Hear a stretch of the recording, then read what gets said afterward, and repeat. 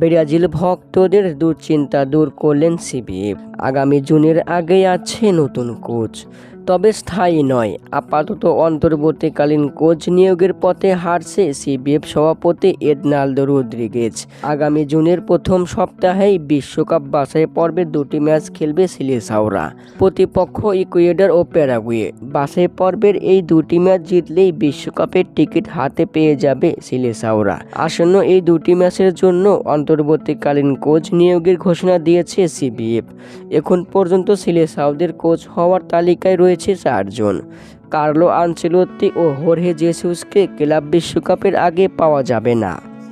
Abel ফেরেইরাকে পাওয়ার সম্ভাবনা বেশি, যদিও তার দল ক্লাব বিশ্বকাপে অংশ নেবে। তবে 26শে মে লিগ মৌসুম পর তাকে পাওয়া যেতে পারে দুটি বাছাই পর্বের ম্যাচের জন্য।